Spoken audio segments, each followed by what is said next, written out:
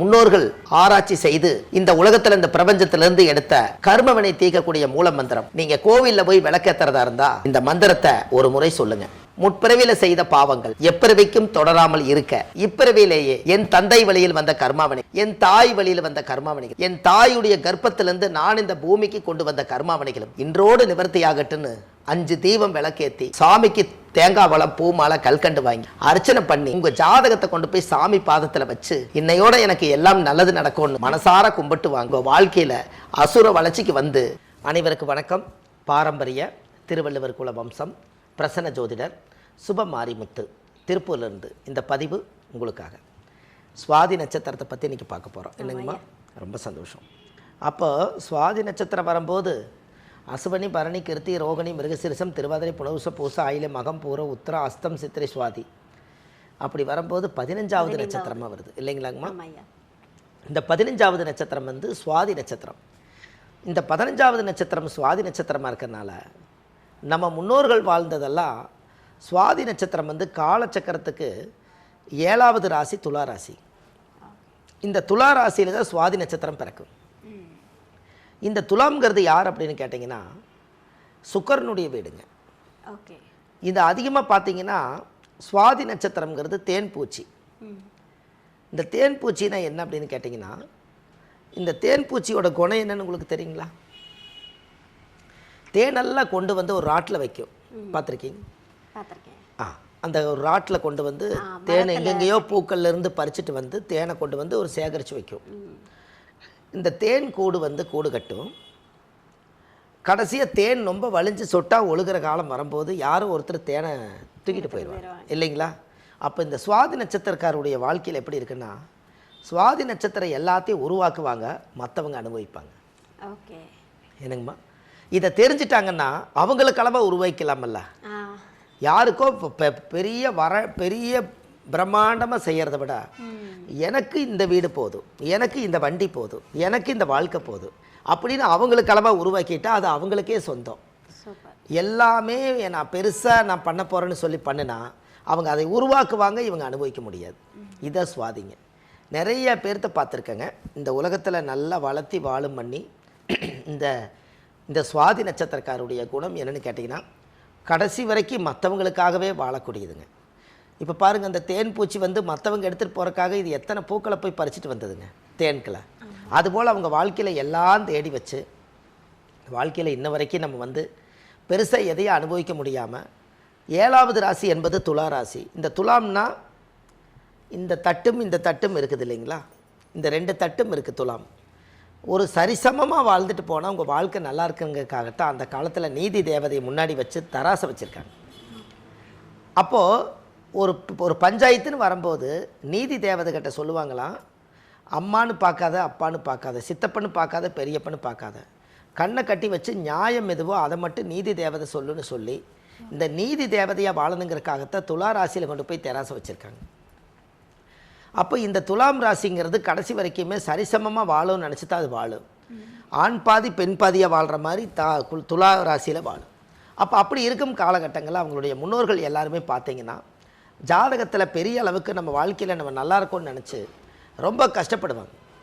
இந்த கஷ்டப்பட்டு வாழ்க்கையில் நம்ம என்றைக்காவது முன்னுக்கு வரலான்னு நினச்சி ஒவ்வொரு விஷயத்தையும் உருவாக்கி மற்றவங்க எடுத்துகிட்டு போகும்போது இவங்களுக்குள்ளேயே ஒரு வெறுப்பு உருவாயிரும்.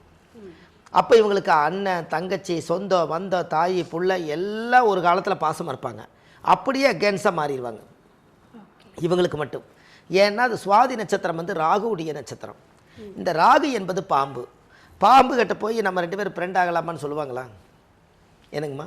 சுவாதினா பாம்பு கிட்டவா நம்ம 2 பேரும் காபி சாப்பிட போகலாம், நம்ம 2 பேர் சினிமாவுக்கு போகலான்னு கூப்பிடுவாங்களா?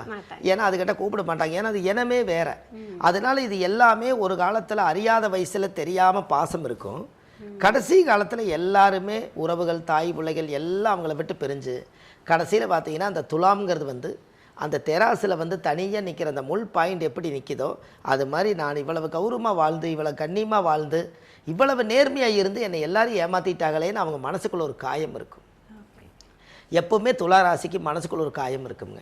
இந்த காயத்துக்கு மருந்து போடுறதுக்கு யாராவது வருவாங்களான்னு எதிர்பார்த்துட்டே உட்காந்துருப்பாங்க. ஆறுதல் சொல்கிறதுக்கு ஆள் இருக்காது, மாறுதலும் இருக்காது. இவங்க ஒத்தையடி பாதை மாதிரி இவங்க வாழ்ந்துட்டு இருப்பாங்க. இதுதான் சுவாதியுடைய ஒரிஜினல் குணாதிசை. அப்போ இந்த குணாதிசையில் அதனால தான் சொன்னேங்க, யாருக்காக வாழ வேண்டாம், நீங்கள் உங்களுக்காக வாழ்ந்தால் உங்களுக்கு எல்லாம் சிறப்பு. இப்போ உங்களுக்கு ஒரு உதாரணம் சொல்லட்டுங்களாங்கம்மா? உங்களுக்கு ஒன்று தெரியுங்களா?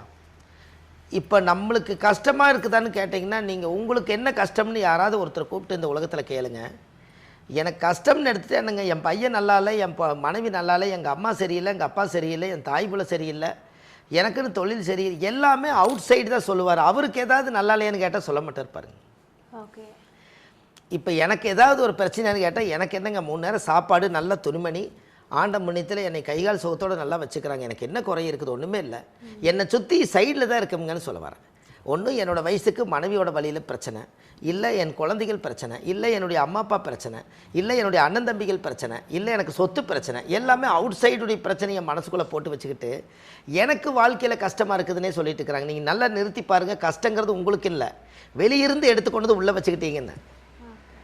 எனக்குமா யாருக்குமே நீங்கள் இந்த உலகத்தில் கேளுங்க, சாமி எனக்கு நிம்மதியே இல்லைம்பாங்க. உங்களுக்கு படுக்கிறக்கு பாயும் ஒரு தலகாணியும் ஒரு பெட்சைட்டும் இருந்தால் காலையில் சூரிய உதயத்துக்குள்ளே நீங்கள் நிம்மதியாக தூங்கலாம். அப்போ உங்கள் மனசுக்குள்ளே என்னமோ ஒன்று உலட்டுது, அதனால் நிம்மதி இல்லை. அப்போ உங்களுக்கு நிம்மதி இல்லைங்கிறதுக்கு என்ன ஒரு ஆதாரம்? அப்போ இது எல்லாமே எங்கே ஒழிச்சு வச்சுருக்கிறாங்கன்னா, எல்லாருமே வெளியிருந்து பொருளை எடுத்துக்கொண்டு வந்து மனசுக்குள்ளே வச்சுக்கிட்டு, இந்த பொருளை அடையணும், இந்த பொருள் எனக்கு சொந்தம், இந்த பொருள் தான் எனக்கு இந்த உலகம்னு நாம் எடுத்து வச்சுக்கிட்டு, இந்த உள்ளே இருக்கிறத வெளியே எடுத்து வைக்காமல் வெளியே இருக்கிறத உள்ளே எடுத்து வச்சுக்கிட்டு, வேதனையும் சோதனையும் கடவுள் மேலே கொண்டு போய் பாரத்தை போட்டால் கடவுள் என்ன செய்வார்? என்னங்கம்மா? என்னங்க? அதை கடவுள் அப்படின்னா அதை பிரித்து பார்க்கணுமா? கடந்து உள்ளே போயிட்டே இருந்தேன்னா கடவுள். ஓகே. கடவுள். நீ கடந்து உள்ளே போனேன்னா உன்னுடைய கஷ்ட நஷ்டத்துக்கெல்லாம் ஒரு ஆழமான ஒரு விஷயம் கிடைக்குங்கிறதுக்காக நீ கடந்து உள்ளே போங்கிறத காலப்போக்கில் கடந்து உள்ளே கடவுள் கடவுள் கடவுள் காலப்போக்கில் கடவுள்னு வந்துருச்சு. நாமளே சிந்தித்து செயல்பட வேண்டியது நம்மளுடைய மனசாட்சி தானே கடவுளுங்க. இந்த காலையில் எழுந்திரிச்சனே சூரியன் உதயமாகுது, அந்த சூரியன் உதயமாகலினா ஒரு தாவரம் கூட சுரக்காது. அப்போ சூரியனா அவர் கடவுளாக ஒழிக்கிறாரு, இரவில் சந்திரனாக ஒழிக்கிறாரு. அப்போ இது எல்லாம் தான் கடவுள். அப்போ நமக்குள்ள பிரச்சனை எடுத்து உள்ளத்தில் அழுகிறது, வெளியே சிரிக்கிறது, தன்னோட வேதனை தனக்குள்ளேயே மூடி வச்சுட்டு இன்றைக்கி சரியாயிரும் நாளைக்கு சரியாயிருன்னு நம்மளுக்குள்ளேயே வேஷத்தை போட்டுட்டு வெளி உலகத்துக்கு வாழ்ந்து என்ன பிரயோஜனம்? நமக்காக வாழ்கிற வாழ்க்கை எப்போது? என்னங்கம்மா? அது வேணும் இல்லைங்களா? இந்த உலகத்தில் நல்லா தெரிஞ்சு போச்சுங்க. 120 வருஷம் வரைக்கும் ஒரு மனிதனுடைய ஆயுள் இருந்தது. இப்போ 60 வயசுக்கு மேலே தடி கொடுத்துருவாங்களாட்டு இருக்குது. இந்த 60 வயசுக்குள்ளே உங்கள் வாழ்க்கையே மனநிறைவு ஆயில்னா உங்கள் ஆன்மாவே திருப்தி அடையாதே. நம்ம உடம்பு மட்டும் திருப்தி ஆகாது, நம்ம ஆன்மாவே திருப்தி அடையலைன்னா நமக்குள்ளே ஒரு ஆன்மா ஒன்று நம்மளோட வாழ்ந்துட்டு இருக்குதுங்க. இந்த ஆன்மா யாருன்னு கேட்டிங்கன்னா, உங்களுக்கு ஏதாவது ஒரு பிரச்சனைன்னா என்ன சொல்கிறாங்க வெளியிருந்து? நீ மனசாட்சியை தொட்டு சொல்லு. என்ன? நீ மனசாட்சியை தொட்டு சொல்லு, மனசுக்குள்ள இருக்கிற சாட்சி சொல்லுமான்னு பார்க்கலாங்கிறாங்க. அந்த மனசாட்சிங்கிறது நமக்கே குற்றம் எது நல்லது எதுன்னு தெரியறது. உள்ளுக்குள்ள ஒரு மனசுக்குள்ள ஒரு சாட்சி, ஒரு ஜீவன் இருக்குது. அதுக்கு நம்ம நேர்மையாக இருக்கணுங்கிறதுக்காகத்தான் எது பேசினாலும் நம்ம மனசார பேசுகிறோம். அப்போ இந்த சுவாதி நட்சத்திரம் இந்த உலகத்தில் எல்லாமே பார்த்திங்கன்னா அது மனசார மற்றவங்களுக்காக வாழ்ந்துட்டு எல்லாத்தையும் இழந்துட்டு அது தனிமரமாக தான் நிற்கிங்க. பத்தாவது ராகு என்பது ராகு உடைய நட்சத்திரம். இந்த ராகு என்பது பாம்பு. பாம்பு இருக்கிற இடத்துல நம்ம இருப்போமாங்க? அப்போ அது கடைசி வரைக்கும் வாழ்க்கையில் எல்லாம் இருக்குது, ஆனால் மனசு தனியாக தான் இருக்குங்க. இந்த சுவாதி நட்சத்திரம் துளாராசி, அது சுக்கிரனுடைய வீடு. அதனால தான் அவங்க வாழ்க்கையில் எல்லாம் கடந்த கஷ்டத்தை எல்லாம் அனுபவிச்சு என்னைக்காவது ஒரு நாள் நான் வாழ்க்கையில் நல்லா இருக்க மாட்டேனான்னு இந்த மனம் ஏங்குமா? எப்படிங்கம்மா? எல்லாத்தோட வாழ்க்கையிலையும் பாருங்கள், ஒரு குட்டி சந்தோஷம்தான் வாழ்க்கையில். அந்த குட்டி சந்தோஷத்தை கெட்டியாக பிடிச்சிக்கலைன்னா புத்திசாலித்தனம் இல்லை. என்னங்கம்மா? குட்டி சந்தோஷத்தை கெட்டியாக பிடிக்கலைன்னா இருக்கிறதே நம்ம இழந்துருவோம். நம்ம பெருசாக சந்தோஷமாக ராஜா மாதிரி வாழலான்னு நினைக்காதீங்க. ராஜா கிட்ட போய் கேட்டால் தான் தெரியும் அவரோட வாழ்க்கை எப்படி வாழ்ந்தார். இவங்க சொல்கிறது வேணால் அப்படி உதாரணத்துக்கு சொல்லுவாங்க, நான் ராஜா ராணி மாதிரி வாழலான்னு நினைக்கிறேன்னு. ராஜா கிட்ட போய் கேட்டோம்னா 1000 கதைகள் சொல்லுவார். ராணி கிட்ட போய் கேட்டிங்கன்னா நான் ஏன் பிழைக்கிறேன்னு எனக்கே தெரியும்பாரு. இது பேருக்கு ராஜா ராணின்னு வந்துருச்சுங்க. எல்லா வாழ்க்கையிலையும் மனித பிறவி எடுத்தால் இந்த கஷ்டத்தில், இந்த கஷ்டம் துன்ப இன்ப பிறப்பு இறப்பில் எல்லாமே இருக்குது இல்லைங்களா? எல்லாத்தையும் அனுபவிச்சதானே கலந்த கலவை தானே வாழ்க்கை. என்னங்கம்மா? 1/2 மணி நேரம் சிரித்தா நீங்கள் 1/2 மணி நேரம் அழுதாகணும். அப்படின்னா பார்த்துக்குங்க கடவுள் எப்படி வச்சுக்கிறாருன்னு பாருங்க. அப்போ இந்த சுவாதி நட்சத்திரம் அப்படித்தாங்க அவங்க வாழ்க்கை. அவங்ககிட்ட போய் இந்த மனசார இந்த கதையெல்லாம் சொன்னீங்கன்னா, எப்போங்க நீங்கள் இதை பார்த்தீங்க? நடந்தது நடந்த மாதிரியே சொல்கிறீங்களே, இது எப்போ இதை பார்த்தீங்கன்னு கேட்பாங்க. ஆனால் நாம் படித்த காலமெல்லாம் என்னென்னு கேட்டிங்கன்னா, சுவாதி நட்சத்திரத்தில் பிறந்துக்கிறவங்க இவ்வளவு கஷ்டத்தை அனுபவிச்சுட்டு முதல்ல அவங்க வந்து உண்மையாக உயிர் வாழ்ந்துட்டு இருக்கிறாங்க பாருங்கள், அது பெரிய பாக்கியம். என்னைக்காவது ஒரு நாள் நான் நல்லா இருக்க மாட்டேனான்னு வைராக்கியத்துக்காக வாழ்ந்துட்டு இருப்பாங்க. இந்த சுவாதி நட்சத்திரத்தில் பிறந்தா முதல் ராகு திசையில் பிறந்தாங்களா, இப்போ ராகு திசை 18 வருஷம், ஒரு 9 வருஷம் அவங்க வாழ்க்கை அந்த திசை இருப்பு இருக்கும். அடுத்த குரு ஒரு 16 வருஷம், 16 ஒரு 9 இருங்க, 16 ஒரு 9 25. இந்த 25 வயசுக்குள்ளே இவங்களுடைய வாழ்க்கைக்கு கல்யாண வயசு வந்துடும். அப்போ ராகு முடிஞ்ச குரு, இவங்களுக்கு சனி திசையில் கல்யாணம் 19 வருஷங்க. அப்போ 25 ஒரு 20 அப்படின்னு வரப்போது ஒரு 35 34 வயசுக்குள்ளே ராகு திசை முடிஞ்சு குரு முடிஞ்சு சனி திசை வந்துடும். இந்த சனி திசை 35, புதன் திசை வரும்போது 17 வருஷங்க.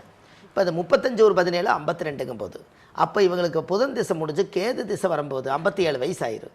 சுக்கிரன் திசையில் இவங்க ரிட்டையர்டு. என்னங்க, சுக்கிரன் திசையில் இது ரிட்டையர்டு. அப்போ இந்த ஜாதகத்துக்கு மெயினாக பார்த்தீங்கன்னா இவங்களுடைய வாழ்க்கையில் கொஞ்சம் கொஞ்சமாக ஒவ்வொரு கால திசையிலையுமே 10 வயசுக்குள்ளே அவ்வளவு கஷ்டத்தை அனுபவிச்சிருப்பாங்க. 10லேருந்து 20 வயசுக்குள்ளே இளமையில் கஷ்டப்பட்டிருப்பாங்க. 20 வயசுலேருந்து 30 வயசுக்குள்ளே திருமண வாழ்க்கையை அனுபவித்து இன்னும் திருப்தி இல்லையேன்னு கஷ்டப்படுவாங்க. 30லேருந்து 40 வயசு வரும்போது குழந்தைகள்லாம் வளர்ந்ததுக்கப்புறம் இவங்களை எப்படி நம்ம கரை சேர்த்த போகிறோன்னு நினச்சிட்டு இருப்பாங்க. 40லேருந்து 50 வயசு வரும்போது கொஞ்சம் மூச்சு விடலான்னு நினைக்கும் போது குழந்தையோட கடமைகள் உள்ளே வந்துடும். 50லேருந்து 60 வயசு வரும்போது நான் எப்போ ரிட்டையர்ட் ஆகுன்னு தெரியாமல் இந்த குழந்தை கடமை முடிச்சுட்டா நான் வெளி உலகத்துக்கு வந்துடலான்னு இருக்கிறேன்னா 60 வயசு வரைக்கும் இருப்பாங்க. இந்த 60 வயசுக்கு மேலே தான் அவங்க வாழ்க்கையை முதல்ல அமைதியாகும். அது வரைக்கும் இவங்களுடைய போராட்டம் இருக்குன்னு வச்சுக்கோங்களேன். அப்போ இது எல்லாமே இந்த சுவாதி நட்சத்திரத்துக்குள்ளே இவ்வளவு ரகசியங்களையுமே ஒரு பெண்ணாக இருந்தால் அந்த பெண்ணோட மனசுக்குள்ளே இவ்வளவு பாரத்தையும் கொண்டு போய் நம்ம துணிச்சு வச்சுட்டா அந்த பொண்ணு எப்படி மனசை இறக்கி வச்சுட்டு சந்தோஷமாக வாழுன்னு சொல்லுங்கள். அதனால தான் வெளியிருந்து பார்க்குறவங்களுக்கு நல்ல துணிமணி கட்டியிருப்பாங்க, முகபாவனை நல்லாயிருக்கும், எல்லாரும் போட்டுக்கிற மாதிரி கை நிறைய கால் நிறைய கழுத்து நிறைய நகை நட்டு போட்டிருப்பாங்க. அவங்கள புதுசாக தனியாக உட்கார வச்சு ஒரு அறையில் உட்கார வச்சு கதை கேட்டிங்கன்னா காசி படத்தில் சொன்ன மாதிரி என் மனவானில் சிறகை விரிக்கும் வண்ண பறவைகளே என் கதையை கேட்டால் உங்கள் சிறகுகள் தன்னால் மூடிக்கொள்ளும். அப்படித்தான் அவங்க வாழ்க்கை இருக்குமாங்க. அப்போ அவங்களுக்கெல்லாம் ஒரு கோயிலுக்கு நீங்கள் போயிட்டு வந்தால் கண்டிப்பாக அதுலேருந்தாவது ஒரு மாற்றம் கிடைக்கும் இல்லைங்களா. அதனால் சுவாதி நட்சத்திரக்காரர் உண்மையாலுமே சாதிக்க பிறந்தவங்க, எதுலேயுமே தோற்று போக மாட்டாங்க. அப்பளவு கஷ்டம் அனுபவிச்சும் கூட இன்னமும் நம்ம நல்லா இருக்கிறதுக்கு ஒரு வழி பிறக்குன்னு சொல்லி உயிரோடு இருக்கிறாங்க, உயிர் வாழ்கிறாங்க. அப்படின்னா ஏதோ ஒரு தேடல் இருக்கா இல்லைங்களா. அப்போ கண்டிப்பாக அந்த சுவாதி நட்சத்திரத்துக்கு உண்டான கோயில் இந்த பதிவில் கொடுக்குறேங்க. அந்த கோயிலுக்கு போயிட்டு வந்தாச்சுன்னா அவங்க வாழ்க்கையில் ஒரு அசுர வளர்ச்சி இருக்குங்க. கண்டிப்பாக இதை செய்துட்டு வரட்டுங்க. அந்த நட்சத்திர தோஷ நிவர்த்தியானால் இந்த பாரமெல்லாம் குறைஞ்சு நிம்மதியும் சந்தோஷம் நிரந்தரமாக இருக்கும். சரிங்களாம்மா? அதாவது சுவாதி வந்து குட்டி சந்தோஷத்தையும் கெட்டியாக பிடிச்சிக்கணும்னு சொல்லிட்டு ரொம்ப அழகாக சொல்லிட்டீங்க. ஏன்னா வந்து பல்வேறு கஷ்டங்களை வந்து எனக்கு தெரிஞ்சு சுவாதி வந்து தனியாக நின்று ஃபேஸ் பண்ணுறாங்கன்னு நினைக்கிறேன்.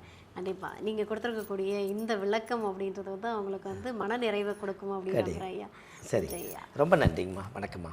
இப்போ சுவாதி நட்சத்திரக்குமே நீங்கள் வந்து பலன்கள் வந்து எதிர்காலத்தை வச்சு ரொம்ப அழகாக சொல்லி முடிச்சிட்டீங்க. கண்டிப்பாக அவங்களுக்கு ஒரு கோவிலும் சொல்கிறதா சொல்லியிருந்தீங்க. கண்டிப்பாங்கம்மா. இப்போ இந்த சுவாதி நட்சத்திரம் எந்த கோவிலை போய் வழிபட்டுட்டு வரணும்? கண்டிப்பாங்கம்மா. அதாவது இதுவரைக்கும் நிறையா மக்களுக்கு ரகசியமாக தெரியாத ஒரு கோயில் வந்துங்க, சுவாதி நட்சத்திரத்துக்குன்னே ஒரு கோயில் இருக்குது.